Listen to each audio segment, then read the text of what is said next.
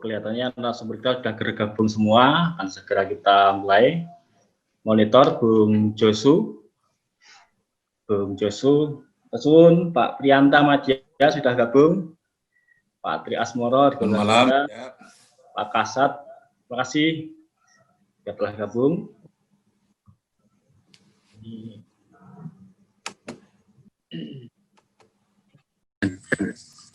Jadi Bapak yang hormati, dengan berbagai alasan, baik situasi politik di dalam negeri dan juga keberlangsungan demokrasi pemerintahan di daerah, ini akhirnya kemudian pada tanggal 27 Mei 2020 ini dilakukan rapat kerja bersama antara KPU, Komisi 2, DPR, dan Kemendagri, yang kemudian dalam koordinasi tersebut rapat kerja memutuskan tahapan Pilkada 2020 ini dilanjutkan kembali.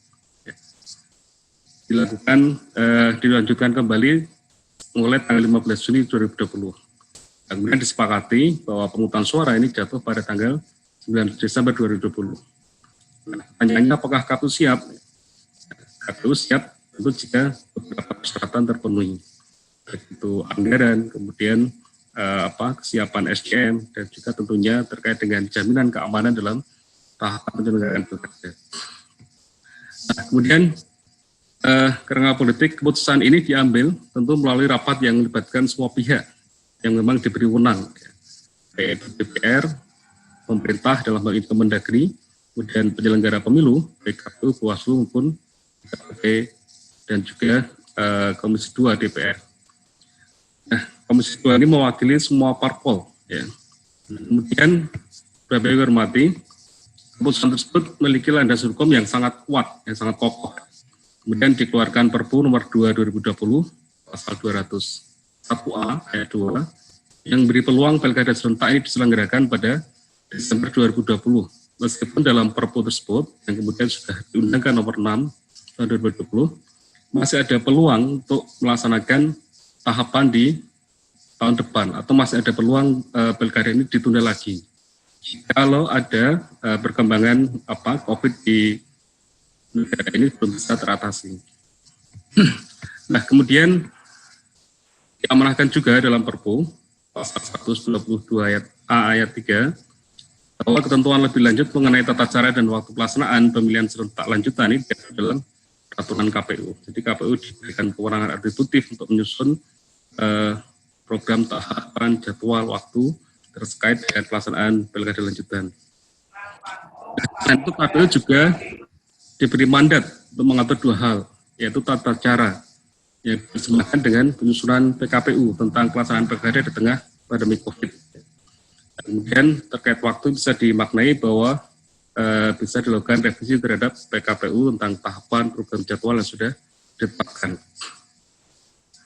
Nah, kemudian kami hormati, tidak lanjuti amanah Perpu, KPU telah mengeluarkan peraturan KPU nomor 5 tahun 2020 tentang tahapan program dan jadwal pemilihan 2020 lanjutan. Nah, PKPU ini sudah melalui proses FGD pada tanggal 13 Mei dan uji publik yang melibatkan dari partai politik, kemudian masyarakat sipil, epidemiologi, gugus tugas, BNPB, Kemenkes, dan Kemendagri. Nah, tentu telah melalui proses konsultasi juga dengan pemerintah dalam hal ini Kemendagri dan Komisi 2 DPR RI. Nah, kemudian ini adalah tahapan yang telah ditetapkan dalam peraturan KPU nomor 5 tahun 2020. Pasca penundaan kemudian dilanjutkan tanggal 15 Juni 2020, yaitu mulai dengan pengaktifan kembali badan network, PPK, PPS, kemudian tahapan kami harus segera berlari membentuk PPP, melakukan coklit, alhamdulillah sudah kita laksanakan selesai tanggal 13 Agustus kemarin, dan juga verifikasi faktual dukungan bakal pasangan serangan. Nah, bulan di Gunung Kidul ada 2 bakal pasangan calon dan kemudian sudah kita verifikasi di awal dan yang kedua tahapan verifikasi perbaikan. Nah, kemudian nanti tahapan terdekat yaitu pengumuman pendaftaran paslon.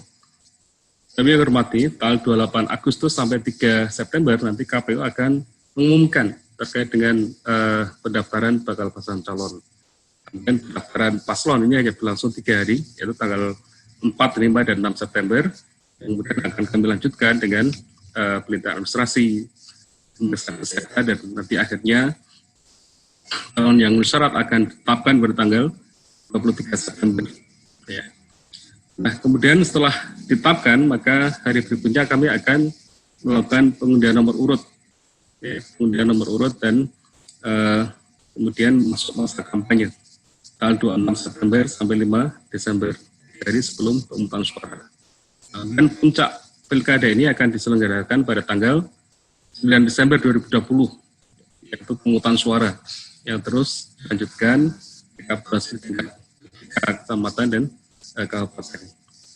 Di sela-sela tahapan yang pokok tadi juga ada tahapan lain terkait dengan penyiapan logistik, ya. Dan ada sengketa tun kalau nanti ada sengketa untuk paslon yang tidak syarat bisa melakukan sengketa, dan pembentukan KPS dan seterusnya. Nah, kemudian hingga nanti pada saat penetapan calon terpilih setelah penghitungan dan rekapitulasi suara. Nah, Bapak Ibu yang hormati, untuk mendukung pelaksanaan tahapan pilkada lanjutan di tengah pandemi COVID, ini kemudian KPU RI mengeluarkan Peraturan KPU nomor 6 tahun 2020, yaitu tentang pemilihan kepala daerah serentak lanjutan dalam kondisi bencana non-alam, yaitu COVID-19.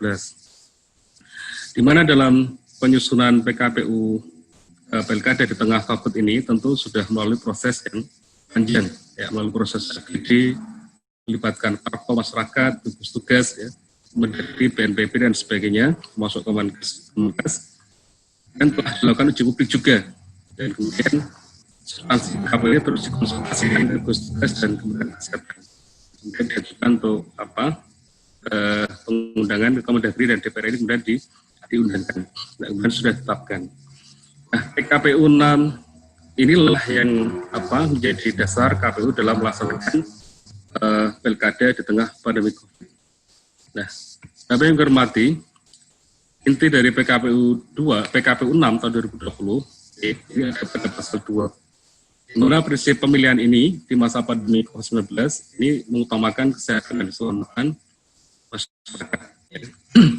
Nah, kemudian dalam rangka melaksanakan semua tahapan, PKPU 6 ini mengatur semua tahapan pilkada, di mana semua tahapan ini harus disiplin protokol. Yang intinya, di masing-masing tahapan ini harus ada 8 itu protokol. Ya. Antara lain ya, harus menggunakan alat pelindung diri, baik itu face shield, kemudian masker, sarung tangan, sekali pakai, dan pelindung wajah. Nah, kemudian harus jaga jarak 1 meter, tatap muka secara fisik dengan menjaga jarak aman paling dekat 1 meter. Baik itu dalam kegiatan tahapan apapun. Kemudian yang ketiga dengan tidak melakukan tangan dan tidak kontak fisik lainnya. Sering cuci tangan dengan sabun, ya, sedia antiseptik. Saya kira ini protokol yang sudah biasa kita laksanakan di new normal ini. Kemudian termasuk penggunaan alat tulis ini harus menggunakan alat tulis sendiri, tidak boleh alat tulis digunakan. Kemudian yang ke-7 terkait dengan kunjungan ke rumah pemilih. Mengupayakan bertemu pemilih tidak masuk ke dalam rumah lama saja dan tidak terlalu lama, dan semua kegiatan dilakukan di luar rumah saat maupun smartphone. Dan ke-8 yaitu sterilisasi. Setelah menyelesaikan semua tugas, ini petugas kita diminta untuk membuka masker, mencuci tangan, ya, kemudian melakukan sterilisasi terhadap perlengkapan yang digunakan dengan desinfektan. Nah, petugas kami, PPK, PPS, hingga petugas kemarin yang sudah masuk ke sebagian, ini kita lengkapi dengan perlengkapan APD ini. Dan nanti hingga tahapan pendaftaran paslon, tahapan kampanye, dan tahapan pemungutan suara hingga rekapitulasi, maka 8 item protokol ini harus kita laksanakan dengan disiplin protokol yang ketat. Semua untuk menjamin, meskipun kita juga bisa menjamin yang jelas untuk berupaya ikhtiar semaksimal mungkin agar petugas penyelenggara maupun peserta pilkada dan juga masyarakat ini terlindungi aman dari penyebaran COVID-19. Itu Bapak Ibu yang kami hormati. Jadi kenapa pilkada ini tetap bisa dilaksanakan ya meskipun di tengah pandemi COVID, insya Allah dengan disiplin protokol COVID yang ketat, semua akan bisa dengan selamat. Ya. Selamat bekerja dan bekerja dengan selamat. Demikian Mas Heri, mungkin nanti akan lebih ke sesi diskusi. Kami akhiri. Assalamualaikum warahmatullahi wabarakatuh. Waalaikumsalam warahmatullahi wabarakatuh. Baik, terima kasih kepada Bapak Ruslan Hani yang memberikan konteks kenapa kemudian pilkada dalam konteks Kabupaten Gunung Kidul masih menjadi pilihan opsional untuk dilakukan dari landasan regulasi maupun konteks sosial budaya yang ada. Nah, untuk sesi selanjutnya kita akan mendengarkan pemaparan dari mitra strategis KPU yaitu Bawaslu Gunung Kidul yang akan diwakili oleh Bapak Asmianto. Waktu dan tempat kami berikan sepenuhnya. Matur nuwun. Banyak hal terkait dengan pelaksanaan pemilihan di tahun 2020 ini terkait dengan kerangka atau desain pelaksanaan pemilihan di masa pandemi COVID, gitu ya. Saya kira, gitu ya, terkait dengan Bawaslu dalam hal ini, pertama bahwa mencermati bahwa terkait dengan pelaksanaan pemilihan, ya, ada tantangan terkait dengan demokrasi, ya. Tadi dipersoalkan terkait persoalan demokrasi, bagaimana penerapan demokrasi di dalam pelaksanaan COVID, ya, di masa pandemi ini, untuk itu. Nah, begini, ini saya coba share screen, ya, bentar.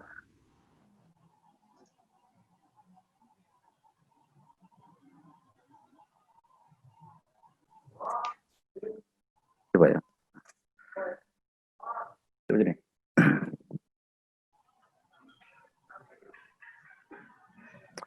Jadi memang gitu kan, ada tantangan pelaksanaan pemilihan di masa pandemi. Coba di awal gitu kan. Nah, okay.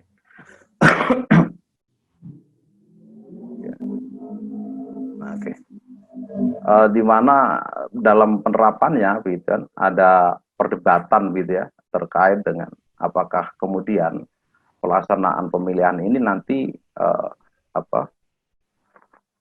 bisa berjalan gitu kan, kemudian bagaimana terkait dengan keselamatan gitu kan, keselamatan jiwa dari warga masyarakat, karena memang masih ada trauma terkait pemilihan di 2019.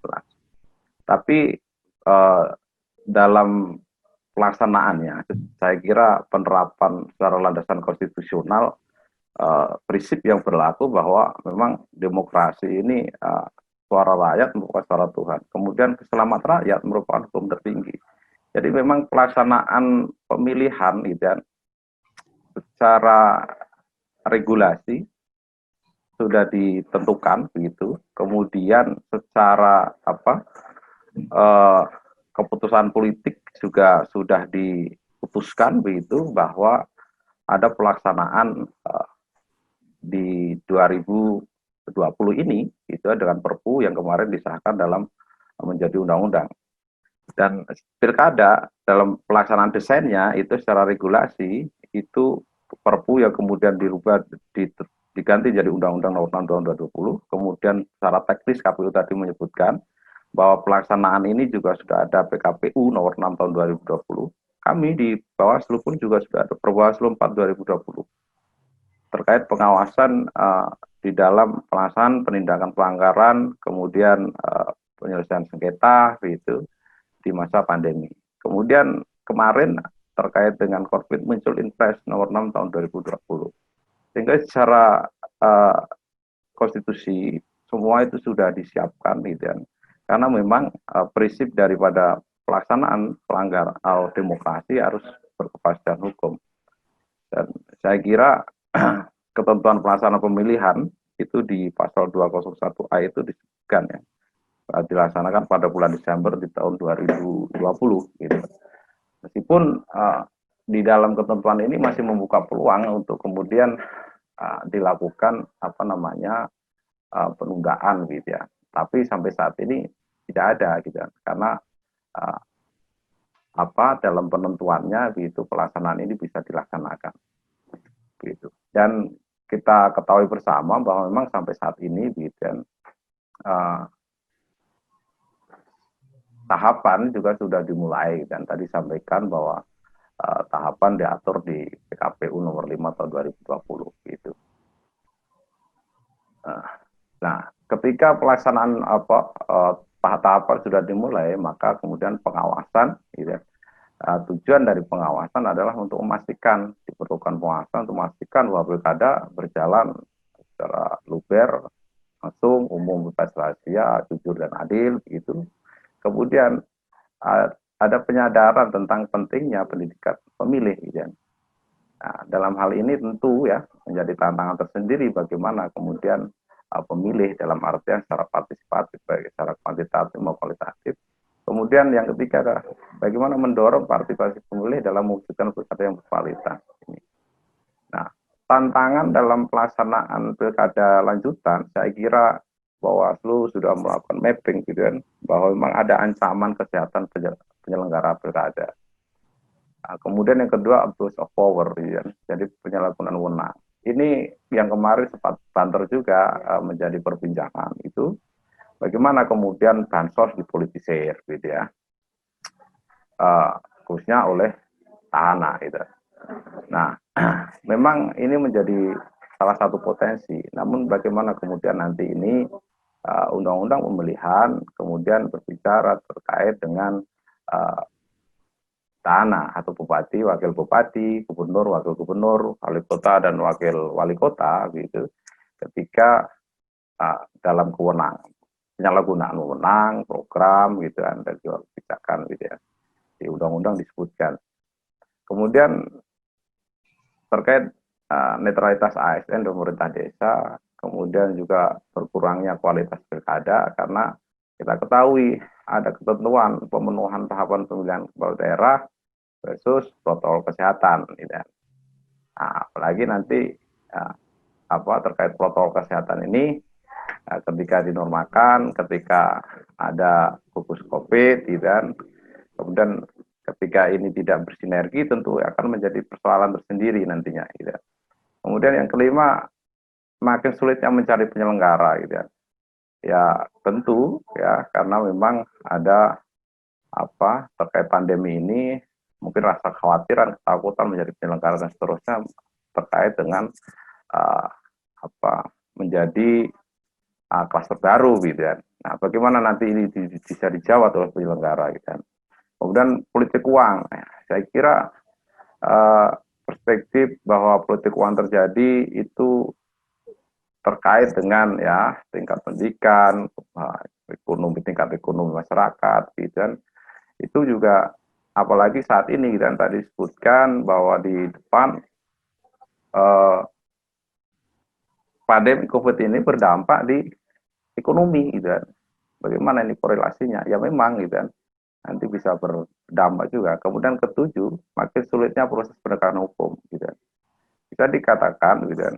Bagaimana ketika nanti gitu kan Bawaslu dalam penyelesaian penanganan penindakan pelanggaran terkait pengambilan barang bukti, terkait klarifikasi dan seterusnya. Memang ini menjadi salah satu tantangan juga gitu ya. Dan kedelapan tentu partisipasi masyarakat berkurang, baik pengawasan maupun angka partisipasi pemilih. Saya kira tantangan ini di dalam pilkada lanjutan kita sudah mapping, kemudian bagaimana nanti dari sini menjadi langkah strategis dalam untuk menjawab tantangan tersebut. Nah, strategi pengawasan Bawaslu tentu yang paling utama adalah pengawasan dengan menggunakan strategi pencegahan dan penindakan. Saya kira ini optimalisasi pencegahan, kemudian juga terkait dengan penindakan. Saya kira normatif. Kemudian fokus pencegahan, tentu berbicara fokus pencegahan itu secara subjek ya pada penyelenggara pemilu, kemudian pasangan calon, dan kampanye, pemerintah, masyarakat, pemilih, dan semua pihak terhadap ketentuan perundang-undangan mengenai pilkada gitu ya. Nah, kalau fokus pencegahan gitu, yang dilakukan oleh penyelenggara pemilu difokuskan terkait ini ya, ketidakbenaran dan ketepatan proses pelaksanaan penyelenggara pemilu sesuai dengan peraturan perundang-undangan. Ya, jadi memastikan bahwa proses pelaksanaan ini memang sesuai dengan tahapan dan regulasi. Kemudian yang kedua, ketidakterbukaan pada proses pelaksanaan setiap tahapan pemilu. Ya. Kita mendorong adanya keterbukaan ya, aksesibilitas gitu, terkait dengan hal-hal yang memang itu bisa bukan menjadi barang atau informasi yang dikendalikan. Kemudian ketidaktepatan waktu pada proses pelaksanaan setiap tahapan ya, karena memang ada perubahan gitu ya, ada perubahan di tahapan, sehingga tentu ketepatan ini terkait dengan pandemi ada kendala-kendala teknis yang menjadi perhatian tersendiri ketika nanti berdampak kepada pelaksanaan tahapan. Kemudian keperpihakan atau kecenderungan terhadap peserta pemilu ataupun umpamanya atau sebutan lainnya. Ini terus kelima, ketidakpatuhan terhadap larangan pada setiap tahapan pemilu serta perbuatan yang dikategorikan sebagai pelanggaran pemilu. Jadi fokus pencegahan pelanggaran pemilu dilakukan oleh penyelenggara pemilu. Kemudian selanjutnya pelaksanaan tahapan yang kemudian menjadi fokus terkait protokol COVID ya, karena memang ini menjadi perhatian bersama. Saya kira bukan siapa yang kemudian harus melakukan penegakan terkait protokol COVID, karena ini menjadi kesadaran bersama. Semua memiliki kewajiban ya, baik dari pengawas maupun pelaksana teknis KPU ataupun pemerintah ya, untuk bagaimana protokol COVID ini dilaksanakan ya. Nah, kami meskemakan ada beberapa titik gitu, yang di situ dimungkinkan akan menjadi potensi terkait dengan penularan COVID gitu, atau penyebaran COVID gitu. Tentu dari awal ya, saat ini masuk tadi di pemutakhiran data pemilih, kemudian terkait di tahapan pencalonan gitu ya. Nah, saya kira ini terkait dengan mekanisme pengawasan, tentu dalam situasi seperti ini koordinasi antar lembaga menjadi penting, gitu. Peningkatan kerjasama, kemudian transparansi, tentu pelaksanaan sosialisasi dengan melibatkan semua pihak-pihak terkait, tentu optimalisasi melalui media sosial itu menjadi penting, gitu, dan kegiatan-kegiatan lain yang tidak melanggar protokol COVID itu. Nah, saya kira saya mengutip pernyataan dari Dr. Ida Budiati, anggota DKPP. Syarat pemilu demokrasi itu setidaknya ada 4 gitu ya. Kepastian hukum pemilu ya. Tadi secara norma kan sekarang saat ini undang-undang dan pelaksanaannya sudah ditetapkan Perpu kemarin, ditetapkan menjadi Undang-Undang Nomor 6 Tahun 2020. Kemudian aturan mainnya itu jelas, namun hasilnya tidak dapat prediksi. Saya kira ini yang menjadi menarik gitu kan, ketika aturan jelas, prediksinya jelas siapa yang menang. Ini menjadi pertanyaan malah gitu kan. Ketika aturannya tidak jelas, yang menang sudah disetting dari awal. Nah, ini saya kira bukan eranya itu sudah berlalu gitu. Kemudian penyelenggaraannya harus independen ya, dalam pengertian bahwa penyelenggara pun tidak peserta pemilu, tidak merangkap penyelenggara, karena memang menjadi persoalan.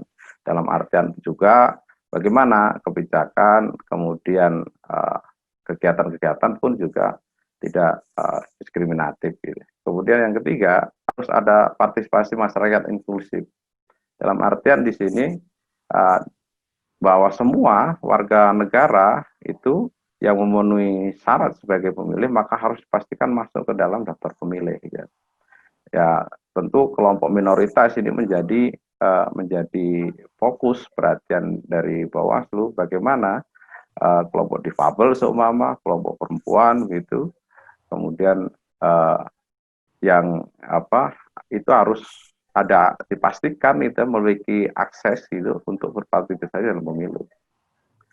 Nah, karena di sini ya jangan sampai kemudian perspektifnya hak konstitusi untuk memilih itu kemudian itu dikalahkan dengan persoalan administratif. Ya ini menjadi PR bersama saya kira gitu. Bagaimana kemudian perspektif ini bisa mengakomodir gitu, jangan sampai persoalan substansi kedaulatan ini ketika ada problem administratif kemudian ini tidak bisa terakomodir. Ya, toh kalaupun diregulasi saat ini belum terakomodir, tentu ini menjadi persoalan bersama dalam artian bukan hanya di tingkat sektoral wilayah kabupaten, tapi mungkin juga secara kalau memang terkait regulasi mungkin secara nasional. Gitu. Kemudian adanya penegakan hukum pemilu, gitu. Nah, seluruh pelanggaran pemilu itu harus dipastikan bahwa ada penegakan hukumnya, baik pelanggaran proses, pelanggaran pidana maupun pelanggaran etik. Setidaknya syarat demokrasi yang disampaikan oleh Bu Ida Budiati ini dalam masa COVID saat ini baik secara regulasi pelaksanaannya sudah disampaikan tadi bisa kemudian bisa dilaksanakan. Tugas-tugas pengawasan dan pelanggaran maupun sengketa ini kesimpulan dari Bawaslu bahwa dapat dilaksanakan dengan mengedepankan pembatasan sesuai protokol penanggulangan COVID-19, namun tidak mengurangi esensi pelaksanaan tugas kewenangan pengawasan pemilihan. Saya kira, kata kuncinya adalah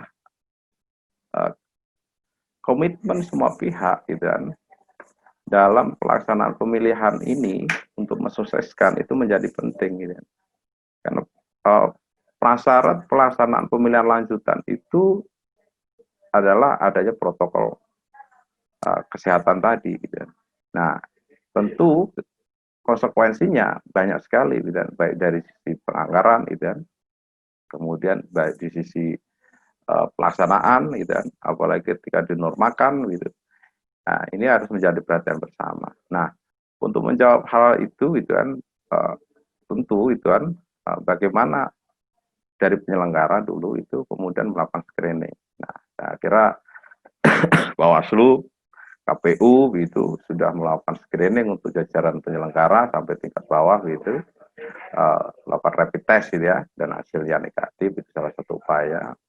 Kemudian restrukturisasi anggaran untuk kemudian pengadaan APD supaya nanti penyelenggara ini tidak menjadi klaster baru. Kemudian memang ada regulasi secara aturan yang mensyaratkan bahwa penyelenggara KPU Bawaslu itu menggunakan protokol COVID. Kemudian siapa yang harus mengawasi? Ya secara formal pelaksanaan pemilihan ini ya pengawas pemilu yang memiliki tugas mengawasi secara hierarki tingkatannya. Namun secara hakikat tentu rakyat sebagai pelaku utama dalam pemilihan, sebagai pemilik kedaulatan. Jadi ini menjadi komitmen baik saya kira ketika KNPI yang yang beranggotakan organisasi kepemudaan di Kabupaten Gunung Kidul menggagas kegiatan-kegiatan dalam rangka demokratisasi di Kabupaten Gunung Kidul bisa terwujud. Tentu menjadi PR bersama ketika tren partisipasi itu menurun dalam pemilihan kepala daerah, upaya bagaimana kemudian mengembalikan bahwa ini loh pesta demokrasi tingkat lokal, yang merupakan milik kita bersama, dan bukan hanya milik kelompok tertentu, elit-elit politik tertentu, ya, tapi dikembalikan rohnya kepada masyarakat. Sehingga rasa kepemilikan, rasa komitmen untuk mensukseskan, untuk kebaikan daerah itu bisa terbangun di masyarakat. Nah, demikian saya kira yang bisa kami sampaikan dari Bawaslu Kabupaten Gunung Kidul. Terima kasih untuk waktunya, saya kembalikan Mas Joko. Assalamualaikum warahmatullahi wabarakatuh. Baik, terima kasih kepada Pak Tri yang memberikan tentang bagaimana kemudian strategi pengawasan termasuk tantangan terhadap politik uang dalam konteks pandemi yang juga menurunkan kapasitas perekonomian masyarakat.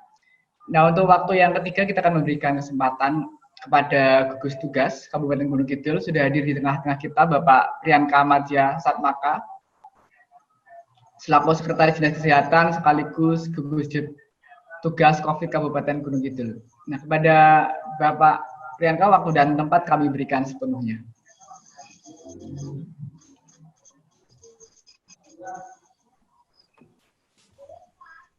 Ya, terima kasih. Assalamualaikum warahmatullahi wabarakatuh. Moderator, kemudian para narasumber dan para peserta yang kami banggakan. Yang pertama, mohon izin, ini seharusnya yang bicara adalah gugus tugas langsung, dalam ini Ketua 1 Pak Wakil Bupati, namun karena sesuatu didelegasikan kepada Bu Kepala Dinas Kesehatan, namun karena beliaunya juga ada agenda menikahkan putranya, kemudian didispo kepada pribadi saya selaku Sekretaris Dinas Kesehatan. Baik, mensikapi apa yang disampaikan dari gagasan KNPI dan tadi sudah dijelaskan oleh KPU Pak Ani dan selaku Bawaslu Mas Tri, memang tahapan yang kita harapkan di dalam pemilu kada adalah memang seperti itu. Kita sangat berharap proses itu bisa dilaksanakan dengan sesuai prosedur dan tentunya tidak menghasilkan sesuatu risiko. Namun permasalahannya bahwa sampai detik ini kita masih berhadapan dengan masalah pandemi. Nah, yang jadi persoalan, kita kemarin berharap sebetulnya tidak sampai berlarut bulan, namun fakta dan kenyataan kasus khususnya di Gunung Kidul justru meningkat signifikan ketika kita masuk periode Juli. Padahal Juli kemarin seharusnya sudah tidak ada perpanjangan harapannya. Nah, ini sampai pada awal Agustus. Kasus akumulatif di Gunung Kidul sampai hari ini tercatat pukul 11 adalah 128 kasus.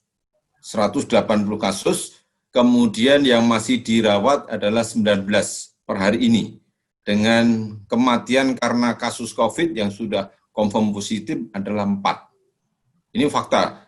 Kalau kita melihat dari peta zonasi, peta ini yang diupdate per 2 minggu, pada posisi hari ini memang Gunung Kidul sudah masuk pada zona oranye, di bawahnya merah.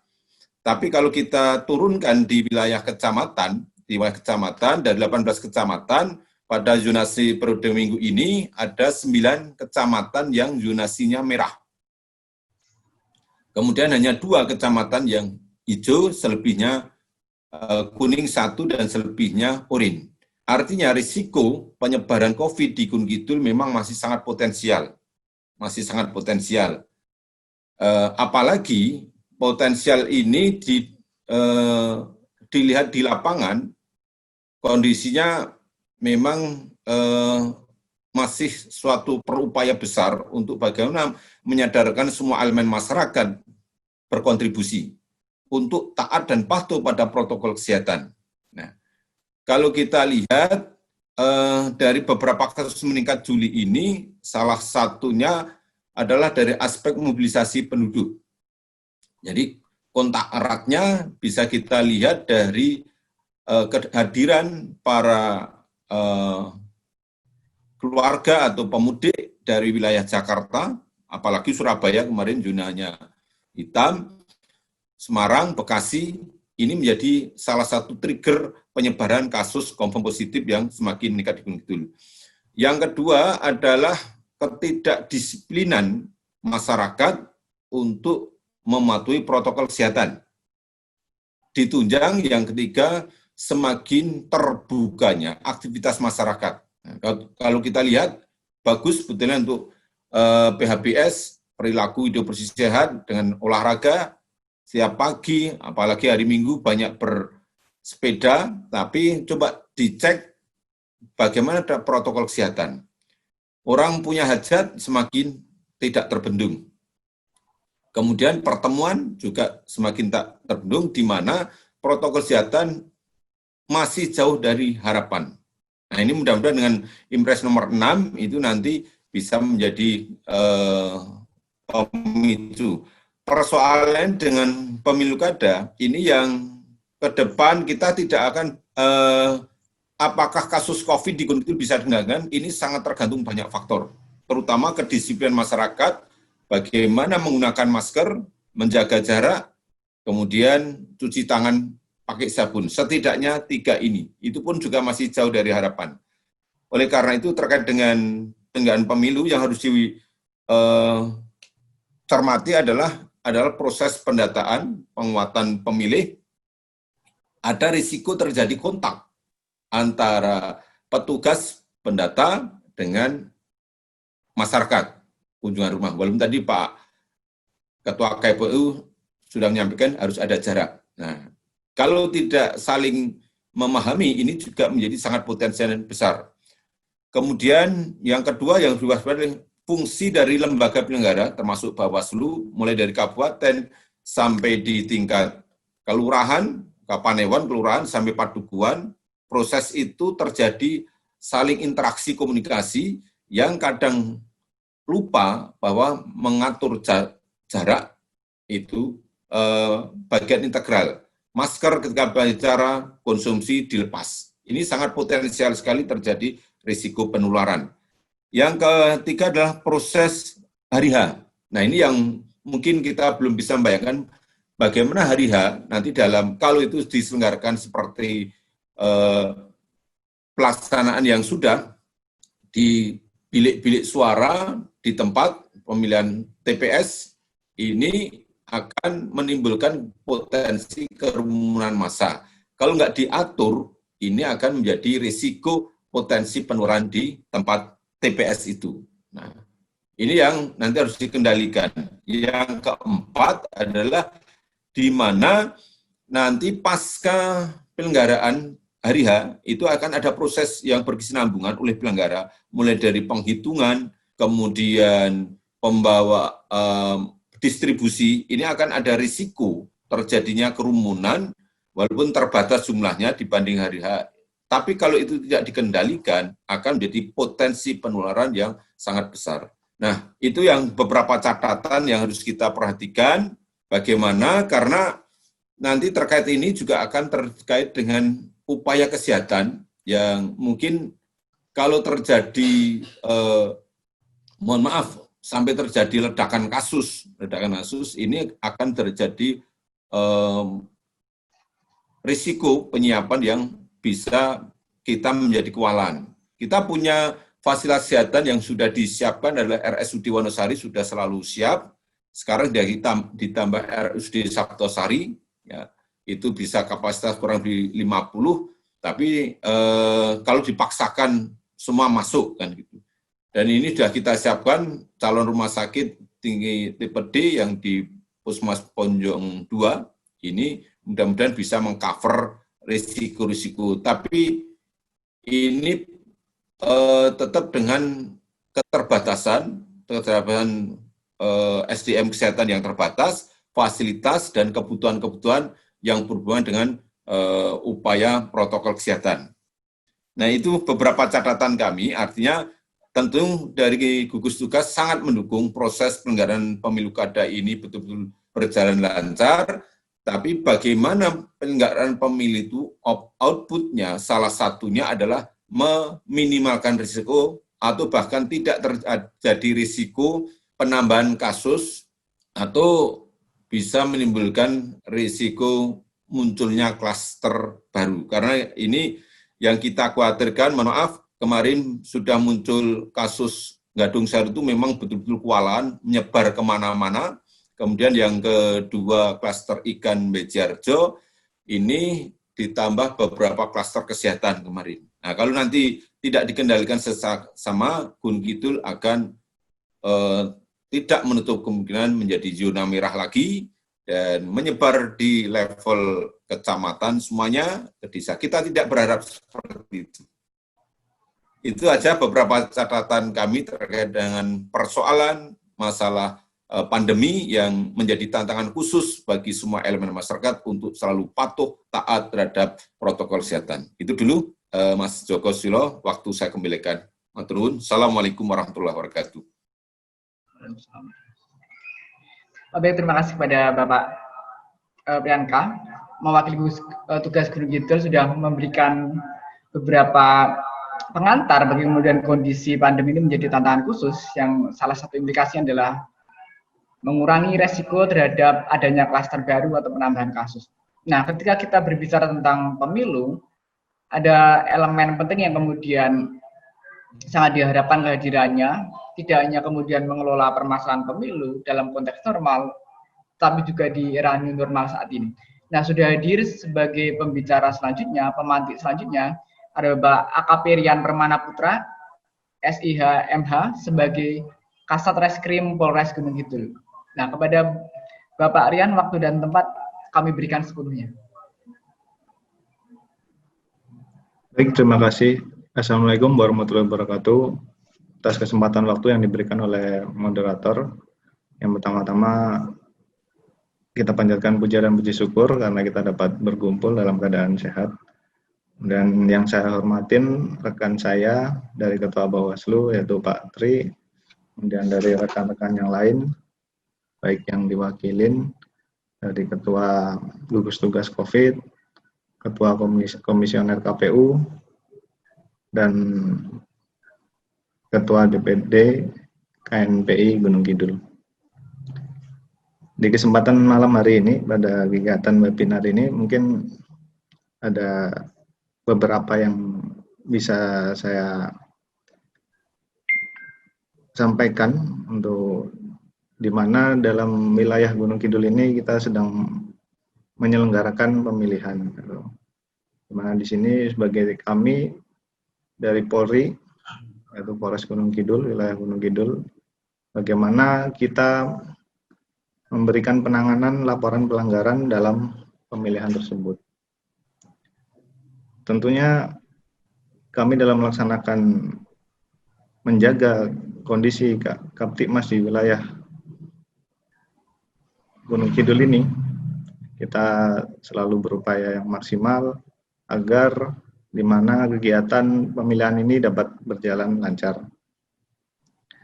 Yang pertama-tama, tugas kami adalah sebagai dalam penanganan maupun permasalahan-permasalahan yang tadi sudah disampaikan oleh rekan-rekan kami, itu dari Bawaslu maupun dari Ketua Gugus Tugas, itu merupakan suatu hal yang penting yang perlu memang harus kita butuh kesadaran bersama, di mana kita semua wajib menjaga keamanan kondisi Kaptibmas di wilayah Gunung Kidul. Selain itu juga di mana kita sedang mengalami bencana, yaitu di mana adanya COVID, tentunya dalam kegiatan pemilihan ini perlu kesadaran dari seluruh masyarakat agar kegiatan ini dapat berjalan dengan lancar dan tidak ada kendala apapun. Adapun tentunya dalam kegiatan pemilihan tersebut pasti tentunya adanya pelanggaran-pelanggaran yang sudah kita koordinasikan baik dengan Bawaslu. Di sini kita dibentuk adalah sentra Gakumdum, yaitu kita menangani apabila ada pelanggaran dalam kegiatan pemilihan tersebut. Yang dimaksud pelanggaran itu di mana pasti tentunya ada pelanggaran yaitu tindakan yang bertentangan atau tidak sesuai dengan peraturan undang-undang terkait pemilihan. Disitulah tugas kami sebagai Polri, yaitu di wilayah hukum Gunung Kidul, Polres Gunung Kidul, kita memberikan pelayanan di bawah Sentra Gakumdu bersama rekan-rekan kami dari Bawaslu maupun dari Kejaksaan. Adapun upaya yang kita lakukan, yaitu apabila ada pelanggaran, tentunya kita akan melakukan penindakan. Yaitu ada beberapa serangkaian proses yang sudah kita susun, bagaimana apabila ada aduan ataupun adanya pelanggaran yang disampaikan baik dari peserta maupun masyarakat Gunung Kidul, tentunya bisa melaporkan kepada Sentra Gakumdu wilayah hukum Gunung Kidul. Tentunya yang pertama yaitu kita akan melakukan penerimaan laporan, yaitu di mana serangkaian proses penanganan pelanggaran, yaitu yang kita tindak lanjutin tahapannya adalah mulai dari temuan, kemudian kita melakukan penerimaan laporan, kemudian setelah itu kita mengumpulkan bukti, dan ada pun upaya-upaya yang lain yaitu klarifikasi, dan kita kaji, analisis, kemudian pemberian rekomendasi, penerusan hasil kajian, apakah pelanggaran ini merupakan pelanggaran pemilu maupun bukan. Pelanggaran sendiri ada dibagi menjadi dua, yaitu ada temuan dan pelaporan. Dan untuk temuan sendiri itu adalah hasil pengawas pemilih yang mengandung dugaan pelanggaran. Kemudian untuk yang kedua adalah laporan, yaitu di mana ada laporan dari masyarakat ataupun siapa saja dari masyarakat Gunung Kidul yang disampaikan secara tertulis oleh pelapor kepada pengawas pemilihan di wilayah Gunung Kidul tentang dugaan terjadinya pelanggaran. Kemudian tindak lanjut temuan. Kita tindak lanjutin, kita lakukan pengawasan bersama dengan Sentra Gakumdu, apakah temuan pelanggaran ataupun laporan tersebut merupakan tindak pidana pemilu atau bukan. Kemudian setelah dilakukan rapat bersama Bawaslu, maka akan kita tingkatkan ke keputusan pengawasan bahwa laporan ataupun temuan itu akan diproses lanjut atau tidak. Adapun cara bagaimana masyarakat Gunung Kidul apabila maupun peserta pilkada, cara melaporkan apabila adanya terjadi tindak pidana pelanggaran pemilu, itu bisa ke Bawaslu, maka di situ akan diberikan arahan proses tahapan, itu kita pelapor maupun temuan tersebut akan mengisi formulir yaitu model A, kemudian baik mulai dari identitas pelapor, alamat, tempat tinggal, kemudian apa yang ditemukan dalam kegiatan pemilihan tersebut, kemudian maka akan ditindaklanjutin. Tentunya dalam pelaporan dari Bawaslu kita akan melakukan pengecekan, yaitu siapakah yang berhak melaporkan. Tentunya kita cek dari identitas diri, siapa yang dilaporkan, kemudian adanya batasan waktu kapan pelaporan tindak pidana pemilu tersebut, batasan waktunya 7 hari, kemudian tanda tangan, kemudian menjelaskan peristiwa, uraian peristiwa yang telah dilihat atau dialami sendiri oleh pelapor tersebut, kemudian di mana tempatnya, kemudian memberitahukan saksi-saksi dan bukti-bukti yang lain.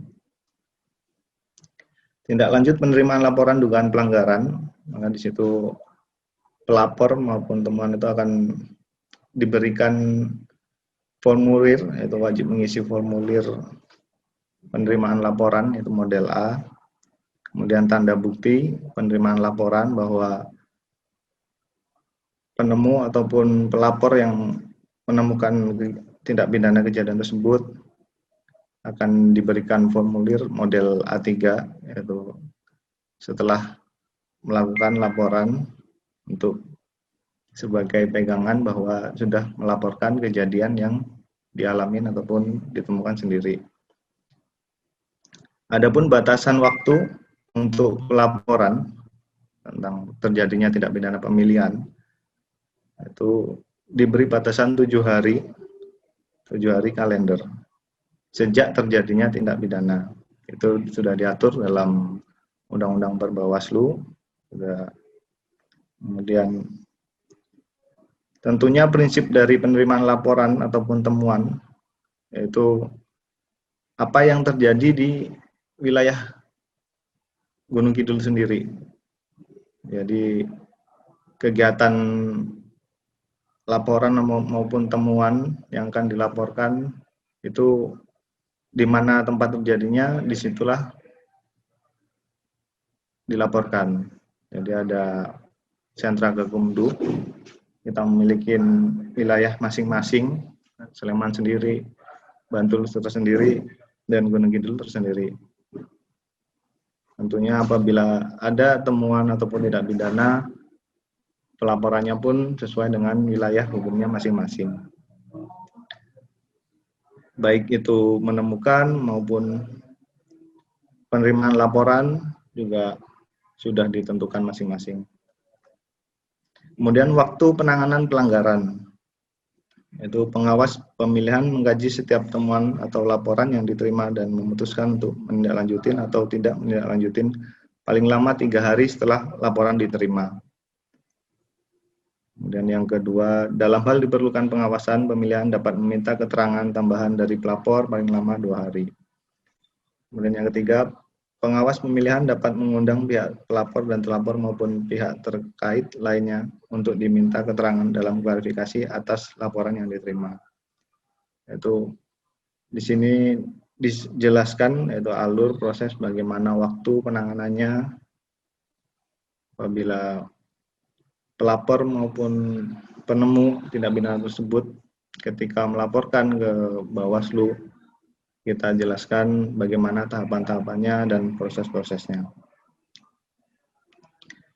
Adapun apabila untuk penemuan tindak pidana itu alurnya adalah setelah ditemukan, tentunya kita sebagai petugas maupun dalam gabungan sentra Gakumdu yang berisikan Bawaslu, Polri, dan Kejaksaan untuk melakukan kajian terhadap temuan tersebut. Kemudian setelah dikaji akan kita masukkan ke dalam register Bawaslu, dan apakah nanti akan bisa dilanjutkan ke tingkat yang lebih proses hukum yang lebih lanjut. Apabila dari pelaporan, pelapor bisa mendatangi kantor Bawaslu, memberikan laporannya, menceritakan kejadian apa yang dialami dengan membawa identitas diri dan tentunya menyebutkan bahwa kejadian tersebut sesuai dengan wilayah hukumnya masing-masing. Adapun jenis-jenis pelanggaran dalam pemilihan itu ada pelanggaran kode etik penyelenggara pemilihan, ada pelanggaran administrasi pemilihan, ada tindak pidana pemilihan. Jadi dalam kegiatan pemilihan, kegiatan ini tentunya ada masing-masing atau jalurnya masing-masing. Bagaimana apabila ada pelanggaran yang bukan merupakan tindak pidana atau itu merupakan kode etik, maka akan masuknya dalam pelanggaran kode etik. Dan apabila mungkin ada dalam ketemuan tersebut, pelanggaran tersebut itu merupakan administrasi pemilihan, jadi sudah kita kelompokkan masing-masing. Tentunya dalam pelanggaran pemilu yang terjadi, Itu intinya apabila adanya terjadi pelanggaran pemilu, itu akan kita tindak lanjutin melalui adanya sentra Gakumdu yang sudah menaungi bagaimana memberikan tempat untuk masyarakat maupun peserta pemilu apabila ada ketidakadilan dalam proses kegiatan pemilu tersebut. Nah, di situ bisa melaporkan, dan memang jika tidak termasuk dalam tindak pidana pemilu, maka apabila mungkin bukan merupakan tindak pemilu atau tindak pidana yang lain, bisa dilanjutkan ke proses hukum yang lain. Adapun kasus-kasus pidana pemilu yang sudah terjadi di wilayah Jogja, itu seperti kampanye di sekolah, yang kedua adalah penggunaan mobil dinas dalam kampanye, kemudian penggunaan fasilitas pemerintah, pemberian tenda kepada warga, yaitu di mana itu juga fasilitas yang digunakan saat pemilu. Tentunya akan terjadi permasalahan-permasalahan apabila tidak ada kesepahaman yang sama, mungkin apabila warga tidak mendukung ataupun itu digunakan oleh kelompok dari peserta pemilu. Hilangnya suara peserta tentunya juga itu merupakan bisa kita antisipasi apabila ada komplain ataupun apapun. Itu juga merupakan masalah yang harus kami sebagai petugas maupun yang sudah dibuat dalam sentra Gakumdu, kita melakukan pengawasan bersama. Kemudian sampai dengan pergeseran hasil rekapitulasi. Jadi segala proses kegiatan pemilu dari awal sampai akhir sudah dibuat bagaimana kita mengamankan bersama. Tentunya juga ini adalah bukan hanya dari petugas saja, tapi juga butuh kesadaran dari seluruh masyarakat agar berjalannya pemilihan ini dapat berjalan dengan lancar, kondusif, dan aman, dan tetap memperhatikan kesehatan dan di mana di Indonesia sedang mengalami COVID. Mungkin sementara sekian yang bisa saya sampaikan dari Kepolisian Polres Gunung Kidul dalam penanganan bagaimana mendampingi kegiatan pemilu di wilayah Gunung Kidul ini. Jadi yang kita harapkan tentunya kami sama dengan rekan-rekan yang lain, baik dari gugus tugas, dari Bawaslu, maupun dari DPD, itu kita semua perlunya kerjasama dan koordinasi bagaimana bisanya tercipta kondisi Kamtibmas di wilayah Gunung Kidul dapat berjalan dengan aman, terkendali, dan terhindar dari COVID. Tentunya perlunya kesadaran dari seluruh masyarakat di wilayah Gunung Kidul. Mungkin sekian, terima kasih. Assalamualaikum warahmatullahi wabarakatuh. Waalaikumsalam.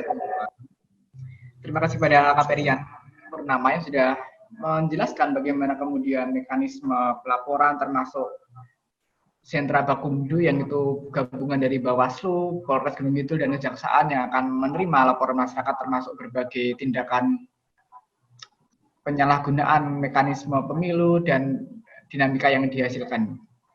Nah, di sesi ini kita akan membuka sesi dialog. Sudah hadir di tengah-tengah kita kawan-kawan dari berbagai organisasi kepemudaan, baik secara organisasional maupun individu yang sudah hadir di sini. Kami persilakan untuk memberikan tanggapan maupun pertanyaan mengenai topik diskusi kita pada malam hari ini, yaitu mengenai demokrasi di masa pandemi, rekayasa dalam konteks pilkada secara pemerintah. Kita menulis di chat komen ataupun langsung menyampaikan. Pak izin bertanya, boleh? Oh ya, silakan dari Saharani Wiryawati. Mungkin bisa menyebutkan nama lengkap dan asal instansi. Oh iya. Wakil individu asal desanya. Oh iya, izin bertanya, nama saya Saharani Wirayati dari Purna Paskibraka Indonesia Kabupaten Gunung Kidul. Ini saya mau bertanya kepada Ketua Bawaslu Gunung Kidul, Bapak Tri Asmianto, dan Kasdirim Gunung Kidul, Bapak AKP Rian Permana. Jadi begini Pak, bagaimana mengantisipasi jika terjadi politik uang saat menjelang pencoblosan kepada pemberi dan penerimanya? Nah, itu untuk sanksinya sendiri itu seperti apa Pak? Dari yang saya tahu sejauh ini, itu kan banyak politik uang yang itu tuh emang nggak diproses gitu Pak sejauh ini. Nah, itu untuk mengantisipasi dan sanksinya itu seperti apa Pak? Begitu. Terima kasih. Baik, untuk termin pertama kita membuka 3 penanya atau bisa memberikan tanggapan. Dipersilakan. Selain Saudari Saharani dari Purna Paskibraka Kabupaten Gunung Kidul, terima kasih atas partisipasinya.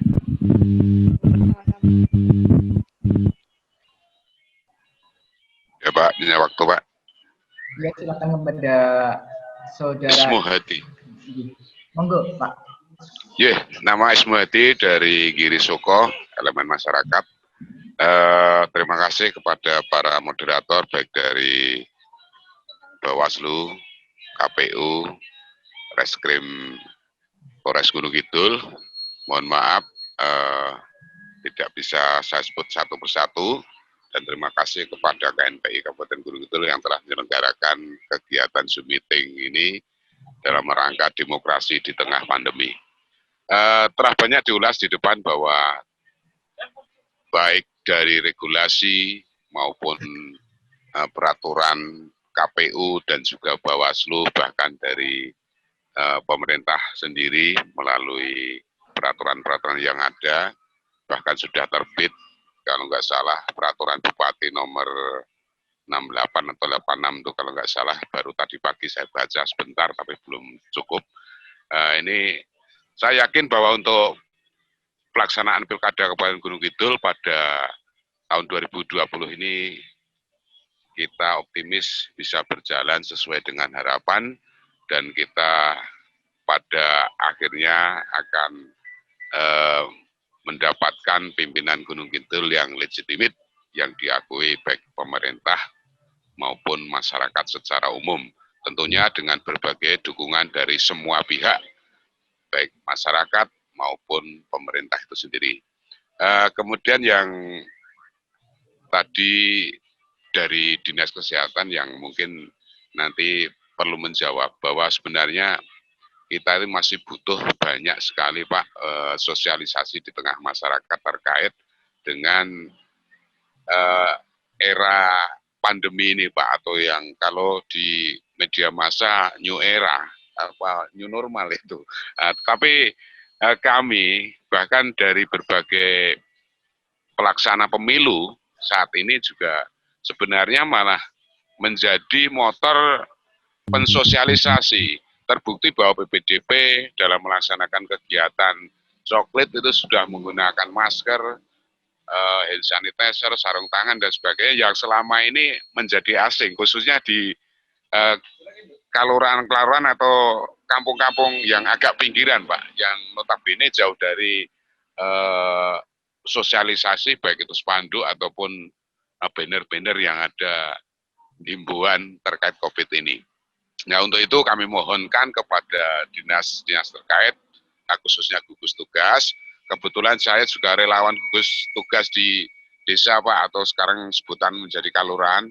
Nah, ini alhamdulillah sekali juga ikut dipercaya menjadi pelaksana selaku PPS di Kalurahan Girisoko.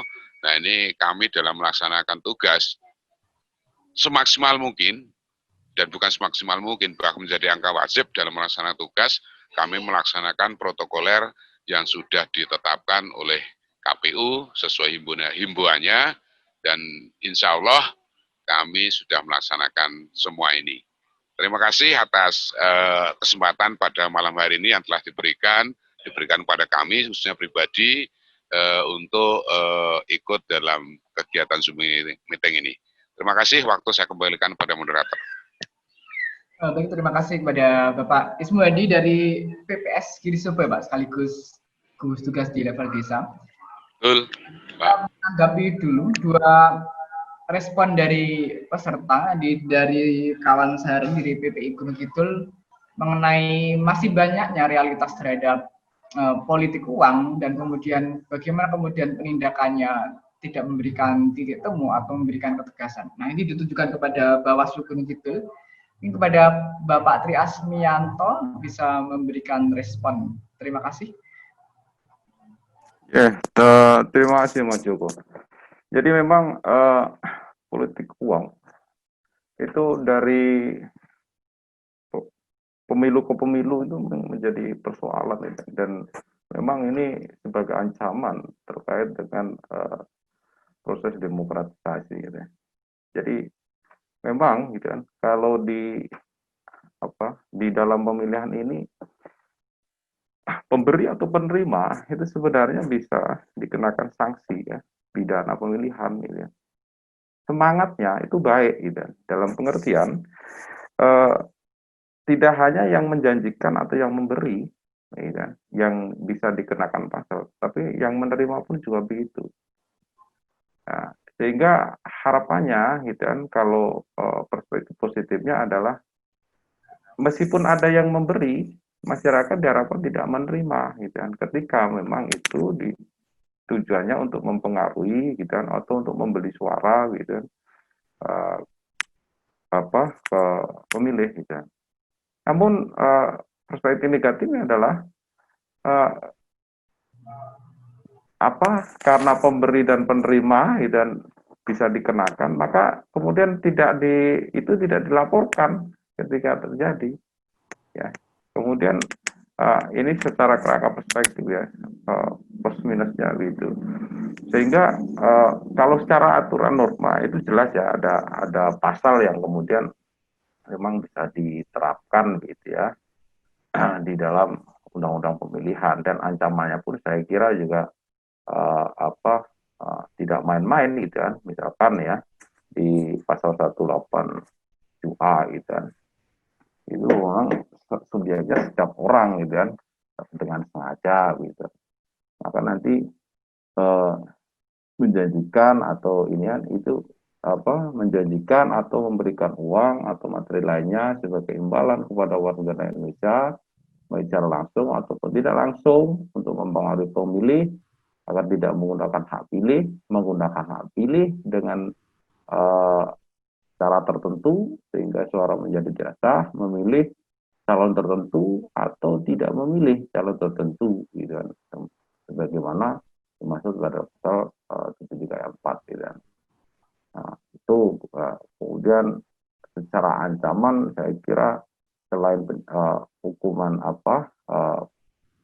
penjara juga ada pidana gitu kan, diancam itu, dan ada batasan minimal gitu kan gitu ya, di 187A.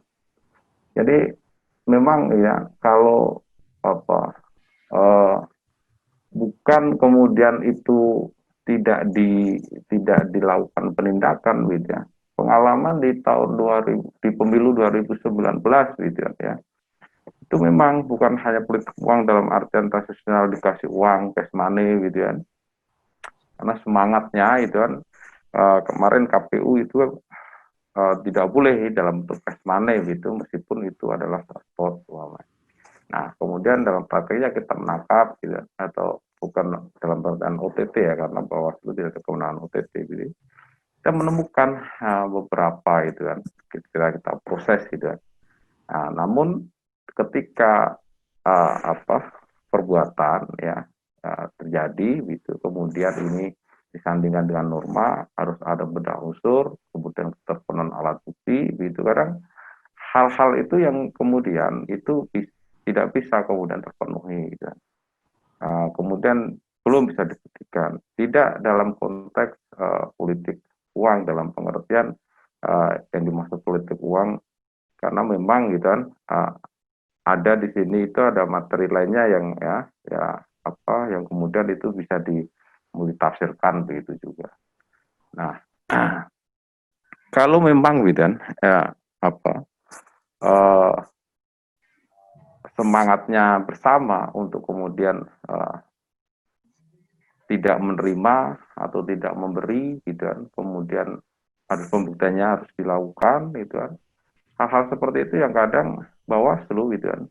Bawaslu dengan keterbatasan kewenangan gitu kan, itu juga agak ada keterbatasan untuk pengungkapan atau keterbatasan bukti tepan unsur gitu dalam penerapan pasal tersebut.